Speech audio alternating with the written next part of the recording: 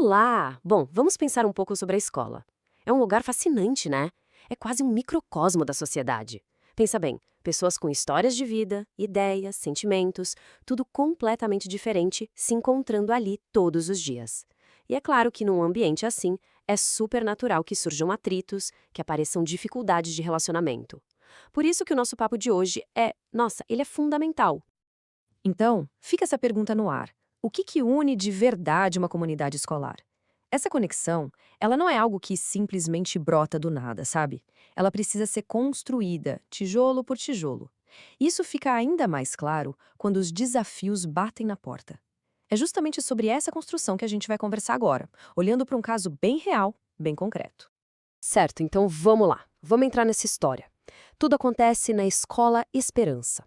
O cenário é o seguinte: uma turma específica estava passando por um período, de tensão. Uma tensão que dava para sentir no ar. Sabe aquele clima pesado que todo mundo percebe, mas ninguém sabe muito bem como resolver? Era exatamente isso que estava rolando por lá. E aí a gente vê os dois lados da moeda. De um lado, a gente tinha os estudantes, eles se sentiam inseguros para se expressar, sabe? Aquele medo de falar, de participar, de se colocar. E do outro lado, o professor, que estava ali todo dia ralando para conseguir que a turma se envolvesse, que participasse. Existia um verdadeiro abismo de comunicação entre eles. Bom, e como é que se resolve um abismo?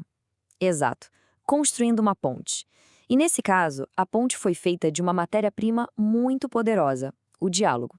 A escola percebeu que precisava agir e decidiu intervir de um jeito bem direto, com foco total em restabelecer a comunicação. E olha, esse foi o grande ponto de virada da história. E como essa ponte foi construída? Bom, o processo foi bem estruturado em 3 passos-chave. Primeiro de tudo, criar espaços seguros de conversa. Momentos só para isso, sabe? Onde ouvir era mais importante que falar. Segundo, dar a chance para todo mundo, estudantes e professor, colocar para fora suas percepções, seus sentimentos, sem medo de julgamento. E aí veio o terceiro passo, que foi o pulo do gato. No meio dessa troca, todo mundo percebeu que, no fundo, queria a mesma coisa.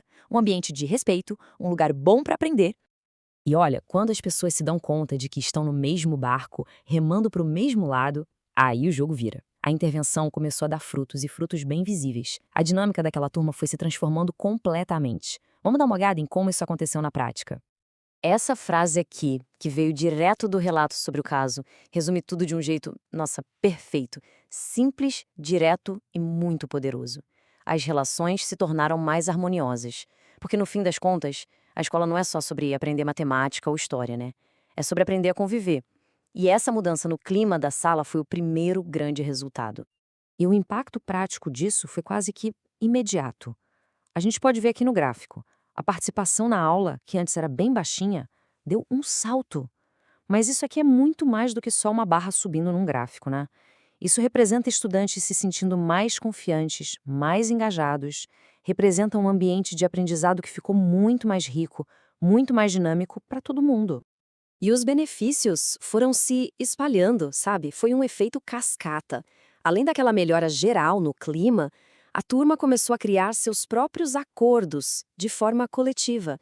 A cooperação entre eles ficou mais forte. E aquele compromisso entre os estudantes e o professor passou a ser uma via de mão dupla, uma responsabilidade que era de todo mundo. Ok, agora vamos dar um passo para trás e olhar para a foto maior. Porque o caso da Escola Esperança não é só uma história isolada de uma turma específica. Ele nos ensina uma lição que vale para tudo na vida. O poder imenso que existe no simples ato de parar para escutar o outro. Existe um nome técnico para esse processo todo. É mediação de relações. E o que isso quer dizer na prática? Bom, é basicamente a arte de facilitar a comunicação, de promover a empatia, que é aquela habilidade de tentar se colocar no lugar da outra pessoa, e a partir daí, incentivar que as soluções apareçam de forma conjunta. A ideia é essa: ninguém impõe nada, todo mundo constrói junto. E no fim das contas, a grande mensagem é essa aqui. Quando uma escola, ou na verdade qualquer comunidade, valoriza o diálogo e a escuta como ferramentas do dia a dia, ela cria um espaço onde todo mundo consegue caminhar junto. Isso não quer dizer que as dificuldades vão sumir, não é isso. Mas a forma de lidar com elas muda completamente. E isso fortalece a convivência e todo o processo de aprender. E tudo isso nos deixa com uma reflexão final, né? A história da Escola Esperança é sobre construir uma ponte de diálogo dentro de uma sala de aula, mas ela nos convida a pensar mais longe. Que outras pontes, em outros lugares da nossa vida, a gente também pode e precisa construir? Fica aí a pergunta: